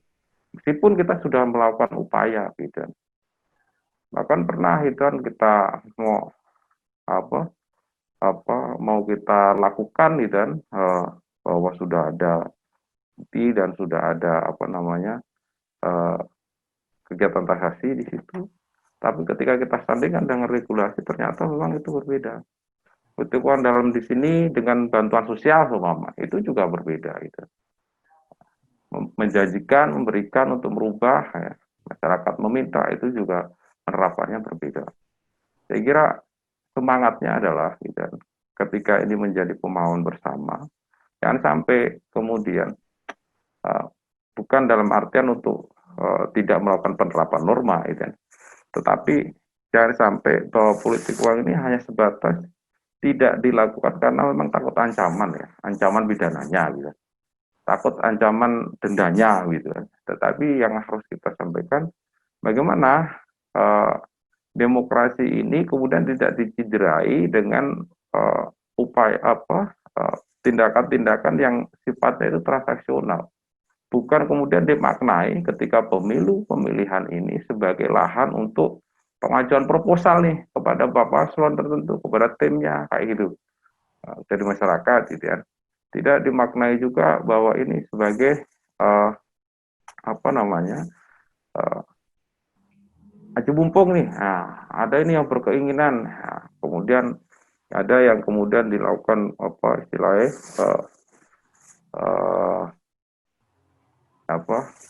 kayak pekondisian. Nah, masa itu bukan begitu ya. Tapi memang bagaimana kemudian pelaksanaan pemilihan ini kemudian bisa dilakukan secara regulasi. Kampanye gitu ya, kampanye saya kira. Pengertian kampanye itu sebenarnya sederhana gitu kan, penyampaian visi, misi, program gitu kan untuk meyakinkan pemilih. Jadi kampanye begitu, dari diberi kampanye tidak ada berbau politik uang, hanya kemudian politik uang menjanjikan imbalan dan seterusnya memang ada. Ketika itu bisa kita itu terjadi, maka kita pun juga akan melakukan penerapan. Nah, politik uang ini juga merupakan pidana pemilihan, maka dalam penanganannya tentu gitu, Bawaslu juga berkoordinasi dengan unsur kepolisian, unsur kejaksaan untuk keterpanan unsur ini. Apalagi kalau temuan ini ya. Kalau temuan yang memastikan ya, segala bukti, segala pasal yang sudah kuat atau belum begitu. Apalagi dengan tadi ya, apalagi sekarang ini waktu penanganannya itu juga semakin mepet gitu, tidak seperti pemilu kemarin, banyak hal tentu. Tetapi kalau kami optimis gitu kan, dengan strategi pengawasan, pencegahan gitu kan, itu bagaimana membangun sebuah kesadaran bersama bahwa memang politik uang ini nanti akan mencederai semangat dari demokrasi. Ketika memang sudah ada pencegahan, kemudian ada politik uang, ya, baik karena sumber pelanggaran itu, dugaan pelanggaran itu dari tadi disampaikan Pak Kasat adalah laporan, dan juga salah satunya adalah temuan, maka nanti proses ini akan kita proses secara regulasi yang ada, gitu ya. Tidak kemudian kita diamkan, gitu ya. Yang jelas begitu. Meskipun memang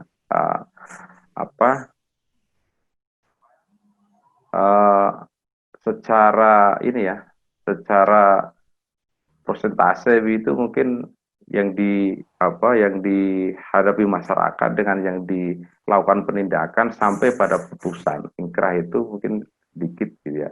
Tetapi memang ada yang sudah dilakukan proses, kemudian memang ada beberapa hal sehingga tidak bisa dilanjutkan sampai tahap sidang gitu ya.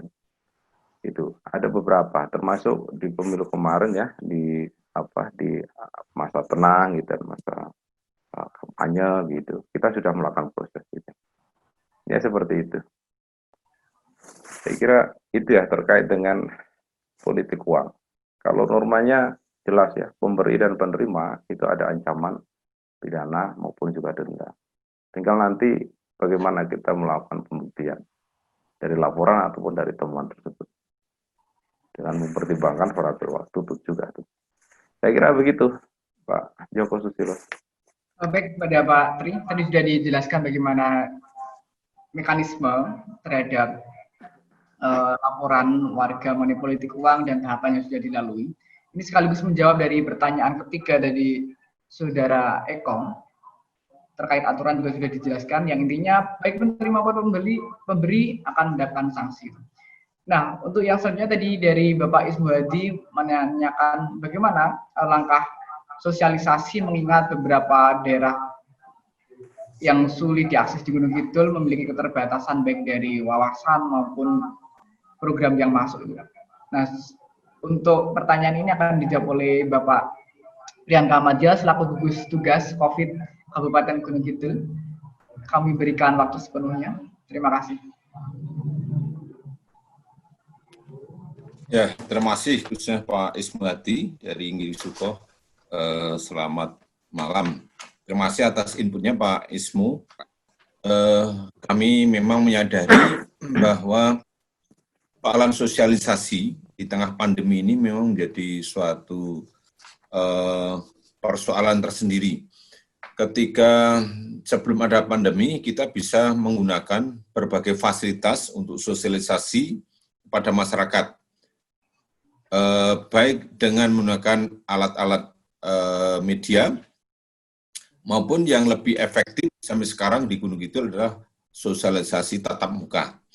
Namun karena kami sejak Maret semua tiarap, tidak ada aktivitas untuk mengumpulkan massa, ini sehingga sosialisasi tentang pemahaman COVID dan cara pencegahan oleh gugus tugas lebih dikedepankan dengan menggunakan media, terutama dengan mencetak leaflet, baliho, kemudian banner. Nah, bahkan terlalu numpuk. Sudah kami evaluasi, kami menyadari itu. Nah, yang di masyarakat itu sangat beragam. Ada yang bisa memahami, membaca, memahami, namun lebih banyak yang tidak bisa memahami.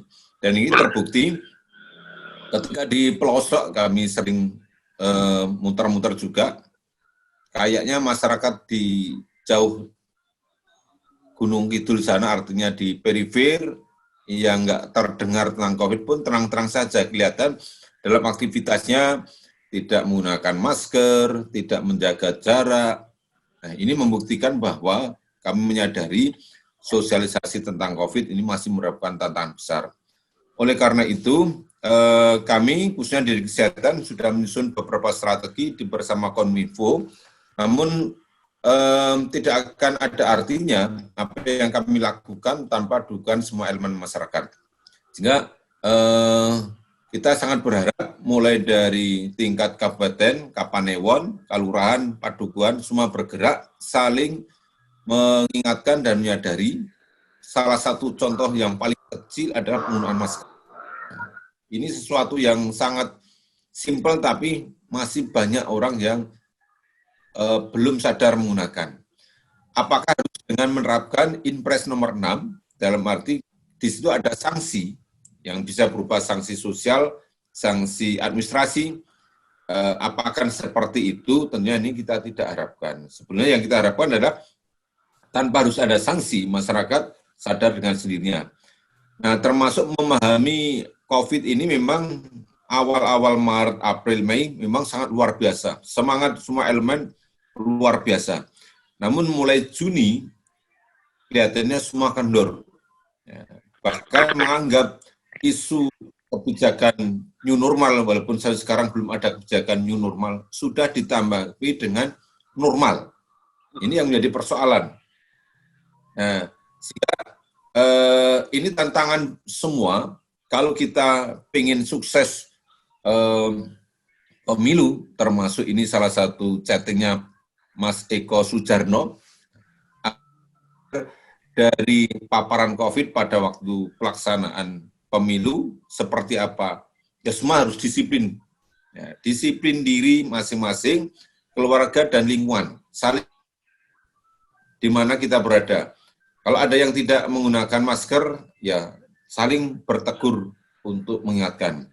Kalau ada yang tidak menyediakan fasilitas cuci tangan, kita ingatkan. Karena ini cuci tangan mungkin ada, tapi tidak ada airnya, tidak ada sabunnya, sudah mulai kendor.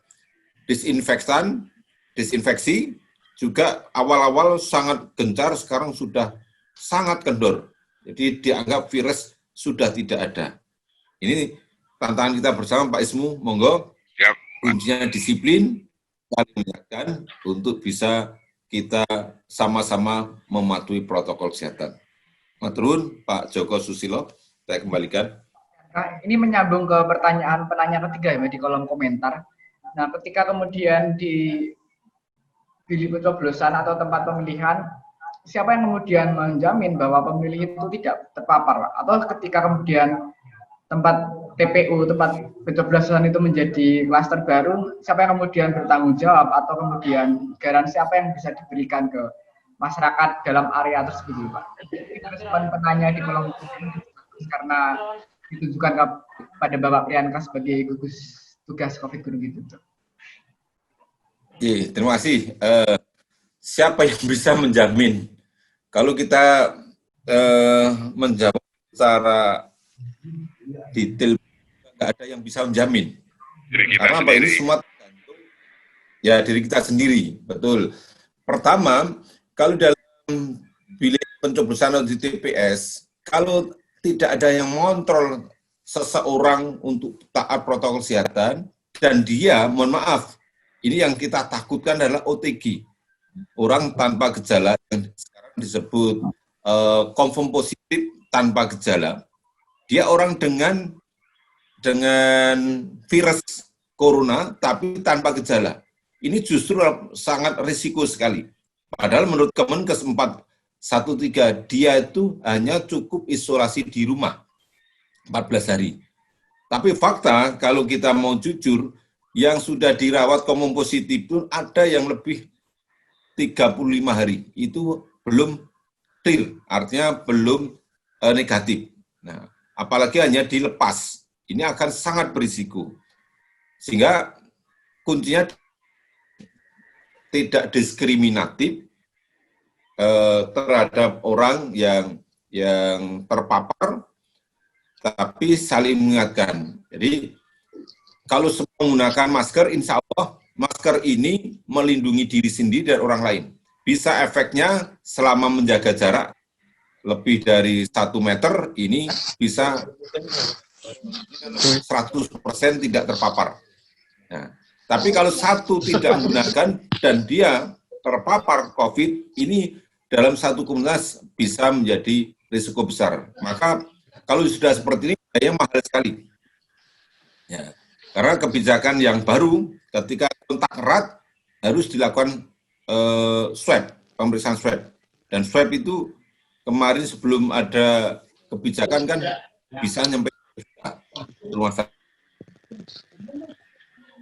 Kali ketika dalam satu komunitas nanti terpapar. Nah, ini yang tantangannya KPU dan Bawaslu, bagaimana mengkondisikan masyarakat berpartisipasi, tapi juga risikonya rendah, bahkan tidak ada risiko. Datang, mulai petugas, masyarakat, taat protokol kesehatan, karena tidak mungkin dibagikan oleh jajaran pemerintah khususnya kesehatan. Sangat tidak mampu puskesmas yang berjumlah 30 dengan SDM yang terbatas untuk ikut mengawal jalannya pemilu kada. Begitu, Mas Joko Susilo. Baik, terima kasih. Tadi sudah dijelaskan sebenarnya soal mekanisme tantangan termasuk rapid test. Sebenarnya yang paling yang susah mungkin kalau warga desa rapid test ya Pak ya, karena mungkin biayanya tidak setara dengan panen gaplek musim ini gitu kan. Nah, kita masih membuka sesi termin kedua, ada 3 respon yang kami buka untuk peserta forum. Sudah ada di kolom komentar Saudari Arkam Masyudi. Mungkin bisa langsung memberikan pertanyaan atau tanggapan. Atau yang peserta forum. Izin bertanya, Mas. Ya, kepada dari Darmatias Utama sekaligus kepada Arkam. Mungkin kepada Darmatias dulu untuk menyampaikan tanggapan atau pertanyaan. Ya, terima kasih atas waktu yang diberikan. Nama saya Darmatias Utomo dari 234 SC Rekwil Gunung Kidul. Ya, menarik sekali pada hari ini bisa diselenggarakan webinar dari KNPI Kabupaten Gunung Kidul yang bertemakan ibaratnya bagaimana kita menyikapi dalam kondisi COVID seperti ini, proses tahapan pemilu itu akan dibawa kemana lah gitu kan. Nah, kita melihat bahwasannya tadi sudah disampaikan dari gugus tugas COVID di Kabupaten Gunung Kidul. Nah, kita melihat bahwasanya memang perkembangan hari ini gubernur sendiri pun telah menerbitkan SK Gubernur nomor 227 garing 2020, yaitu terkait penetapan perpanjangan ketiga status tanggap darurat bencana COVID. Nah, artinya dari penanganan sendiri, dari gugus tugas sendiri, gubernur sudah melihat bahwasanya angka orang yang baik ODP maupun PDP atau misalnya yang positif atau yang baru reaktif dan lain-lain lah, situ mengalami peningkatan. Nah, sehingga dari 1 Agustus sampai 31 Agustus nih diperpanjang. Nah, artinya ini dalam proses tahapan pemilu ini kan masih belum terasa. Artinya baru bermunculan beberapa calon lah gitu kan, kecuali calon yang independen yang memang sedang berjuang hari ini gitu kan, sudah ada gambaran 2. Nah, yang ibaratnya yang lain itu kan juga mau menyusul ini kan banyak dari partai politik, ini paling tidak ada 3 calon bupati dan wakil bupati. Nah, artinya ketika kita melihat ada perpanjangan SK Gubernur ini, tidak menutup kemungkinan ketika hari ini masih ditemukannya orang-orang yang terpapar COVID, terutama baru dengar itu di Ponjong itu ada klaster baru itu di Ponjong. Ada klaster baru yang positif COVID. Nah, itu artinya ini tidak menutup kemungkinan akan diperpanjang. Nah, yang menjadi pertanyaan mendasar dari saya adalah ketika kita melihat bahwasannya dalam proses kampanye, dalam proses pilkada, nah di sini kan ada sebelum ada penetapan calon. Nah, ini kita melihat bahwasanya ini sudah ada penetapan calon bakal calon bupati maupun wakil bupati ya situ. Nah, di sini kan ada proses tahapan, di mana tahapan itu kan ada pra-kampanye, kampanye, terus ibaratnya hari tenang, baru coblosan. Nah, kalau saya melihat kita memetakan hal yang paling rentan untuk terjadinya penyebaran atau klaster baru terkait COVID ini, itu pada saat pra-kampanye, yaitu kan perlu sosialisasi secara masif di situ, pengumpulan massa, lalu ada saat kampanye, nah itu juga pengerahan massa, lalu ada waktu pencoblosan di situ. Nah, saya mau menanyakan pada KPUD sama Bawaslu begitu, itu terkait apakah udah ada aturan teknis terkait misalnya pelarangan kampanye terbuka misalnya kan, atau misalnya pengerahan massa tidak boleh dibatasi dengan dengan aturan-aturan secara normatif gitu kan. Itu apakah sudah ada? Nah, lalu bagaimana pelaksanaannya, pelaturan teknis ini sangat penting karena nanti takutnya kan ada dalam prinsip penyelenggaraan pemilu kada ini kan unsurnya kan luber suldir lah, artinya ada langsung, umum, jujur, dan adil. Nah, takutnya nih dalam penerapannya terkait masalah asas keadilan, misalnya nih apa enggak juga pusing ketika nanti saling bertubrukan, misalnya kepentingan gugus tugas COVID yang pertanyaannya gitu karena kita gugus tugas COVID sendiri punya kepentingan untuk memiliki tugas wewenang itu untuk menekan penyebaran. Nah, di sisi lain orang kampanye ini kan juga butuh pengerahan massa, bagaimana dia harus memaparkan visi misinya. Di sisi lain nanti KPU, Bawaslu sendiri juga memiliki fungsi masing-masing juga gitu kan. Nah ini adakah aturan secara teknisnya gitu terkait pengaturan itu? Nah, makasih. Baik, terima kasih pada Saudara Dharma. Pertanyaannya soal aturan, sanksi, dan implementasi secara teknis kampanye terbuka dalam konteks pilkada itu. Nah, tadi diarahkan kepada KPU DIY, kepada Bapak Ruslan Hani selaku Komisioner KPU. Kami berikan waktu sepenuhnya untuk memberikan respon. Terima kasih.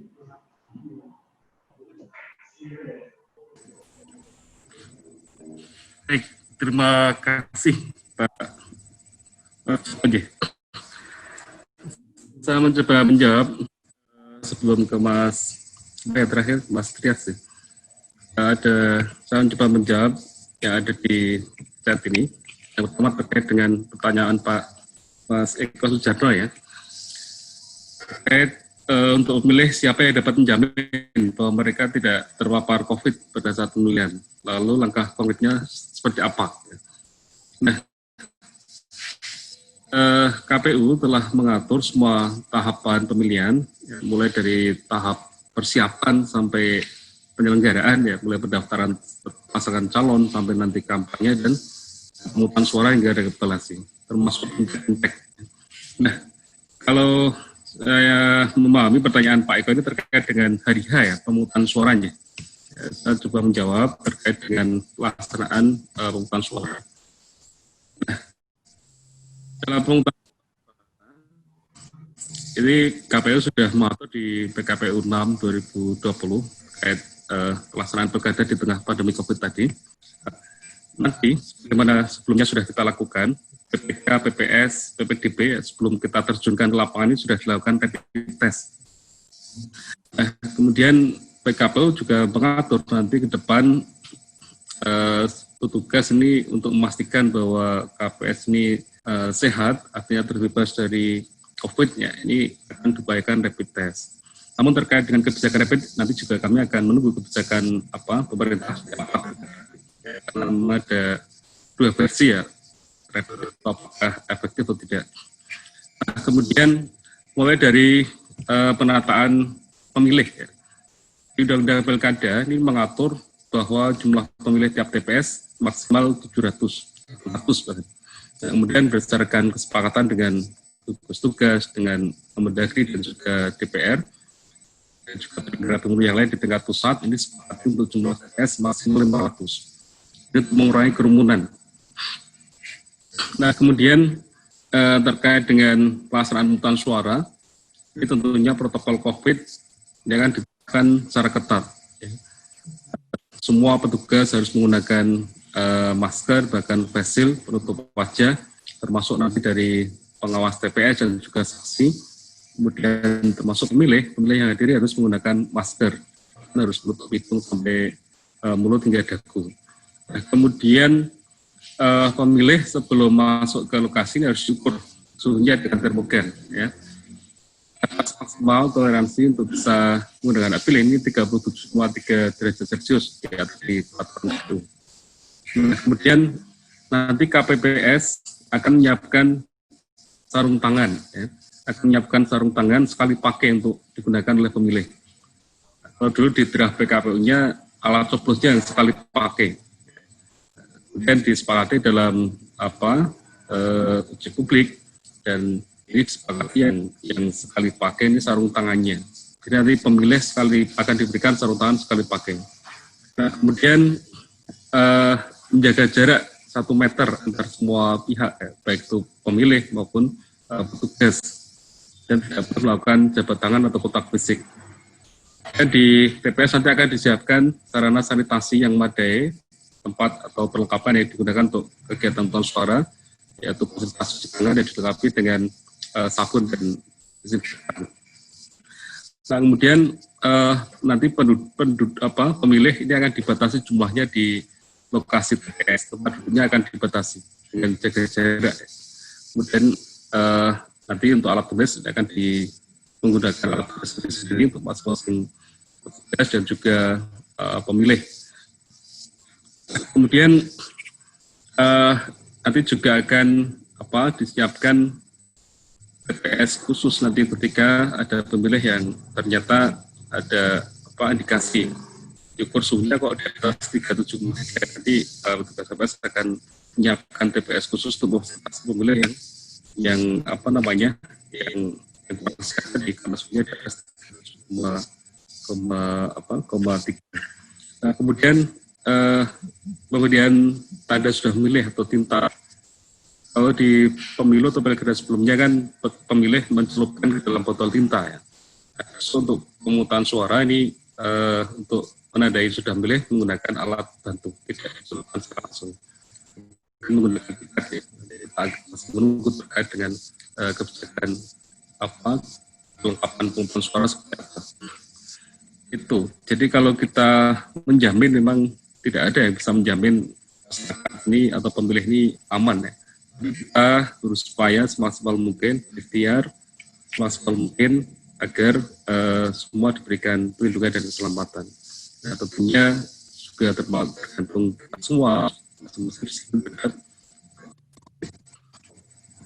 Nah, kemudian sekaligus menjawab terkait dengan pertanyaan Mas Hermawati tadi ya, terkait dengan pengaturan tahapan-tahapan seperti apa. Memang betul, nanti setelah paslon ditetapkan tentu masuk masa kampanye. Nah, KPU 6 juga sudah mengatur semua tahapan termasuk kampanye. Nah, dalam kampanye ini ternyata semua tahapan atau jenis kampanye tetap bisa dilaksanakan dalam pemilihan.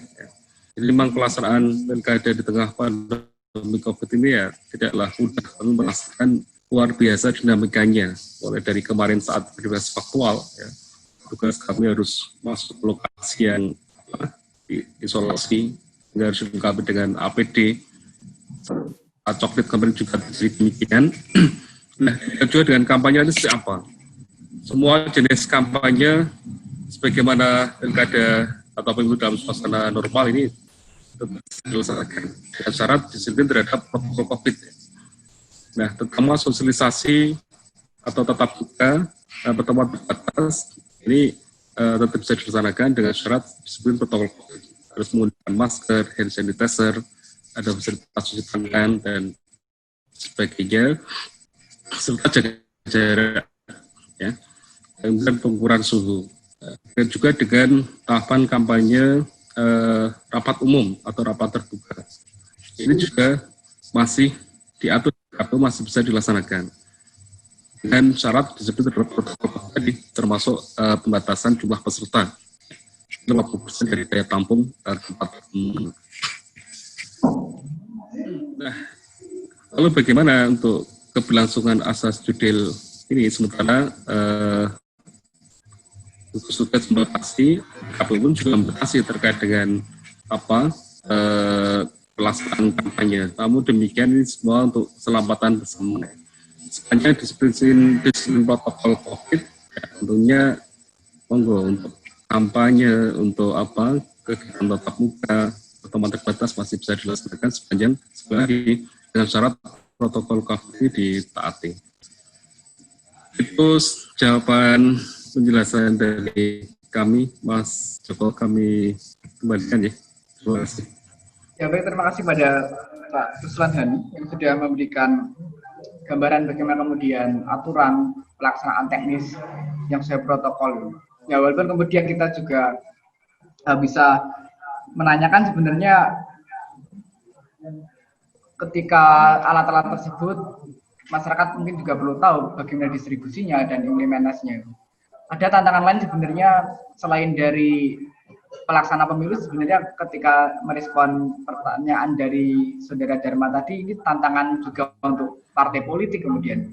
Bagaimana kampanye yang harus dia lakukan tanpa membutuhkan mobilisasi massa.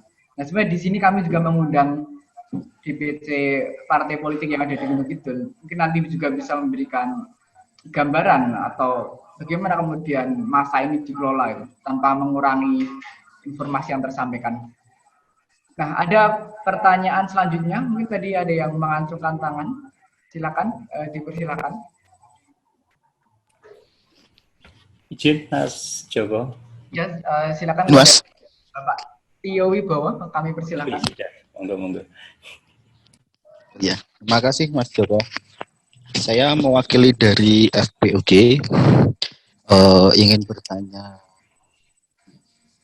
kepada KPU ya mungkin, karena sekarang sudah masuk pada tahap verifikasi syarat dukungan, sementara di lapangan kita menemukan banyak terjadi aduan dalam hal klaim pemberian dukungan KTP. Menurut kami ketika hal itu betul terjadi, sudah termasuk mencederai pilkada itu sendiri. Pertanyaan kita, apa indikator dari KPU untuk memutuskan itu termasuk pemalsuan dukungan? Dan mungkin untuk Polres, kalau kita masyarakat ingin mengadukan keluhan itu, ingin melaporkan hal itu, kita harus kemana? Apakah dilaporkan ke Polres atau KPU? Mungkin seperti itu. Baik, terima kasih kepada Bapak Tio Wibowo. Ini ditunjukkan kepada KPU Gunung Kidul sekaligus Polres. Verifikasi dukungan yang sudah mulai masuk prosesnya dan beberapa klaim-klaim pemalsuan. Mungkin kepada Bapak AKP Rian, Kasareskrim Polres Gunung Kidul memberikan respon dulu. Bagaimana kemudian mekanisme yang harus dilalui masyarakat ketika menemukan hal ini, karena ini juga rawan konflik sosial juga ya Pak ya, ketika identitasnya digunakan untuk klaim dan sebagainya. Baik, terima kasih kesempatan waktu yang diberikan oleh moderator. Baik, akan kami jawab pertanyaan dari peserta webinar, yaitu bagaimana tentang apabila menemukan tindak pidana menggunakan KTP. Ya, seperti yang sudah ini di tiap-tiap wilayah itu ada sentra Gakumdu bagi masyarakat maupun peserta pilkada yang menemukan dapat melaporkan ke Bawaslu. Situ tentunya di situ akan kita kaji bagaimana dari temuan tersebut, laporan tersebut yang dialamin atau dilihat sendiri oleh masyarakat atau pelapor. Jika memang itu merupakan tindak pidana pemilu, maka akan kita tangani dalam kegiatan sentra Gakumdu. Karena tentunya dalam masa ini merupakan tindak pidana pemilu adalah tindak pidana khusus yang merupakan itu lebih diutamakan daripada jikapun memang bukan tindak pidana masuk dalam tindak pidana khusus, maka bisa dilanjutkan ke tindak pidana umum dan yang menangani adalah dari kepolisian wilayah setempat. Jadi intinya seperti itu. Jadi tentunya jika memang ada pelanggaran itu hanya ada dua option, itu merupakan tindak pidana pemilu atau bukan. Jika tidak pidana pemilu maka akan sentra Gakumdu lah yang melakukan proses hukum melanjutkan bagaimana pelaporan tersebut. Dan jika bukan maka itu akan bagaimana dari hasil proses tahapan-tahapan, hasil pembahasan dari sentra Gakumdu Bawaslu, jika memang bukan merupakan tidak pidana pemilu maka akan diberikan pemahaman kepada pelapor itu merupakan tidak pidana yang lain. Mungkin sementara itu yang bisa kami sampaikan. Kalau untuk ini Pak, kepastian hukumnya atau keputusannya, kira-kira kadang masyarakat kan memberikan laporan itu kan sudah masuk, tapi kan waktunya tidak memiliki kepastian. Nah, kepastian bahwa laporan misalkan dari Pak Tio Wibowo itu sudah diterima dan direspon itu kira-kira memerlukan interval waktu berapa hari atau dirilis melalui mekanisme apa gitu? Baik, untuk waktu ya, betul. Jadi ada waktunya. Jadi dalam penanganan tindak pidana pemilu itu beda dengan penanganan tindak pidana yang lain. Itu kita diberikan waktu 15 hari. Itu mulai dari pelaporan, kemudian kita melakukan pengumpulan bukti-bukti, mengkaji, menganalisa. Jadi total sesuai dengan Undang-Undang Perkap bersama, yaitu diatur selama 14 hari proses hukum. Ya, seperti itu. Oke, terima kasih. Nah, tadi juga ditujukan pada Bapak Ruslan Hani selaku Komisioner KPU Gunung Kidul. Apa indikator yang kemudian menentukan bahwa itu sebagai tindak pemalsuan, dukungan, dan sebagainya? Baik, terima kasih. Menjawab pertanyaan siapa tadi? Jadi dalam tahapan dukungan untuk bakal pasangan calon serangan, memang kewenangan kami terbatas ya. Kami hanya diberikan kewenangan untuk menerima, kemudian mengecek, menghitung, dan melakukan penelitian administratif. Nah, dalam penelitian administratif ini kami sampaikan tugasan kewenangan KPU hanya mencocokkan sesuai dengan elemen data dalam KTP dengan surat pernyataan dukungan. Nah, kemudian kalau menurut syarat dalam penelitian verifikasi administrasi, kemudian dilanjutkan ke tahap verifikasi faktual. Nah, di verifikasi faktual itulah nanti akan terjawab apakah dokumen pendukung itu betul-betul sesuai dan apakah itu betul-betul diberikan dukungan oleh masyarakat. Ya. Kalau memang mendukung, pasti akan menyatakan mendukung. Kalau tidak mendukung, ya berarti ditanyakan tidak masyarakat. Sehingga KPU tidak diberi kewenangan untuk ya memastikan itu asli atau tidak. Kemudian itu didapat dari mana KTP-nya, ini bukan kewenangannya KPU. Jadi KPU sebatas memverifikasi terkait dengan kesesuaian data administrasi dan kebenaran dukungan. Nah, terkait dengan keaslian, jadi jikalau ada keberatan dari masyarakat, atau itu bisa disampaikan dari Bawaslu dan juga Gubernur bisa menyampaikan laporan ke Gubernur atau Bawaslu. Demikian Mas Coba ya. Jadi kewenangan kami tidak sampai meneliti apakah itu asli dan tidak asli atau itu dari mana dapatnya. Jadi sebatas kita verifikasi administrasi dan dukungan saja. Demikian Mas Coba, terima kasih. Oke, terima kasih kepada Bapak Ruslan Hani atas responnya. Nah, karena agenda kita selesai jam 9:30, ini masih kurang lebih 2 menit lagi. Untuk yang sesi terakhir ini kami berikan ada tambahan ataupun kemudian closing statement dari Bung Heri Santoso sebagai Ketua KNPI sebelum moderator memberikan ringkasan materi dan penutup untuk setiap narasumber. Kepada Bung Heri Santoso mungkin kami berikan waktu sepenuhnya.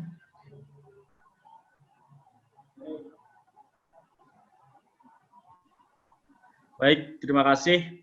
Dan saya kira diskusi ini menjadi sangat tertarik ketika kemudian kita lihat dari partisipasi seluruh elemen kepemudaan masyarakat yang terlibat di dalam pelaksanaan webinar pada malam hari ini. Tentunya mohon maaf ketika kemudian banyak hal yang belum secara maksimal kami berikan, tetapi karena ini sebuah tahapan awal yang kami susun, sehingga pada akhirnya ini masih akan terus berlanjut. Nah, puncaknya dari kegiatan ini, output yang akan kita raih adalah mengajak dialektika kritis masyarakat dalam partisipasi aktif dalam hal pengawasan dan juga dalam hal menghadirkan pilkada yang berkualitas. Maka kemudian pada tahapan berikutnya kami akan meluncing satu kegiatan atas nama DPD KNPI Gunung Kidul dalam tema Muda Bicara. Ini akan kita launching nanti sebelum tahapan penentuan calon peserta pilkada. Dan harapan kami ini bisa dilaksanakan nanti di bulan keempat, di minggu keempat bulan Agustus ini. Itu yang pertama, tindak lanjutnya. Kemudian yang kedua, tindak lanjutnya adalah kita ingin menghadirkan bagaimana visi misi calon kepada masyarakat dari berbagai aspek dan bidang. Nah, kemudian nanti kita ada semacam debat calon maupun debat tim sukses di masing-masing peserta pilkada. Ya, pada ending akhirnya adalah kualitas pilkada yang sesungguhnya.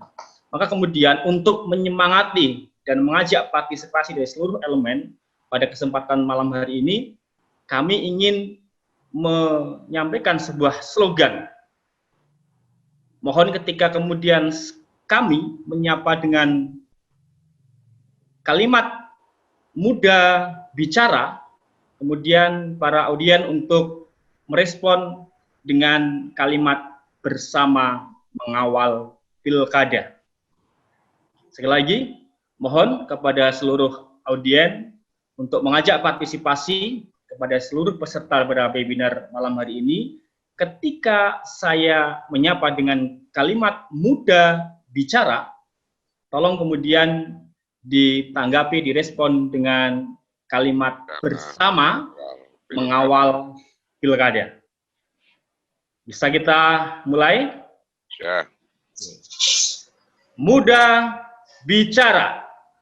Bersama mengawal pilkada. Terima kasih, tepuk tangan untuk kita semua. Terima kasih kepada seluruh narasumber, peserta dan juga pada Kominfo Kabupaten Gunung Kidul yang telah memfasilitasi kegiatan Muda Bicara sesi pertama DPD KNPI Gunung Kidul.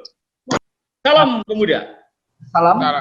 Terima kasih di proses dari Mas Jerry, kepada setiap narasumber, moderator kami statement. Yang pertama dari Bapak Prianta, yes, 1 menit gitu Pak. Pada Bapak Prianta, waktu dan tempat saya berikan. Atau beliaunya sudah meninggalkan forum. Closing statement, semoga pilkada di Gunung Kidul tetap dengan protokol COVID, insya Allah kita bisa menyelenggarakan pemilu yang aman, nyaman, dan menghasilkan pemilu yang berkualitas. Terima kasih. Ya, terima kasih pada Bapak Prianka. Selanjutnya untuk Bapak AKP Rian, selaku Polres Gunung Kidul, memberikan semangat sekaligus closing statement di sesi hari ini. Baik, semoga pemilihan serentak yang dilaksanakan di wilayah Gunung Kidul ini dilaksanakan dengan protokol kesehatan pencegahan dan pengendalian coronavirus di SES 2019 dengan memperhatikan kesehatan dan keselamatan penyelenggaraan pemilihan, peserta pemilihan, pemilih, dan seluruh pihak yang terlibat dalam kegiatan ini. Terima kasih. Bapak Tri Asmianto, Ketua Bawaslu Gunung Kidul. Terima kasih Mas Joko.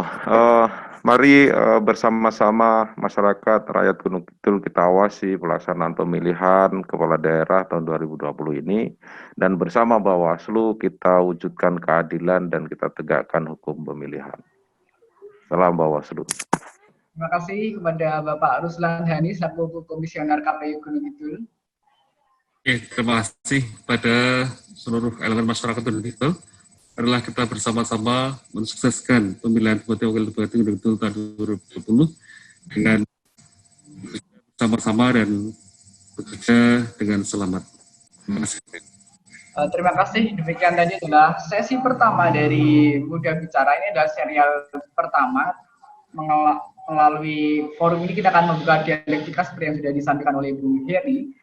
Kita akan melanjutkan ke sesi selanjutnya. Apakah kemudian kita akan berbicara tentang program-program atau permasalahan yang masih mendasar tradisi gantung diri, IPM yang rendah, senjangan ekonomi, itu akan kita ulas di sesi berikutnya dengan menghadirkan elemen yang mendapu menjadi estafet kepemimpinan di Kabupaten Gunung Kidul.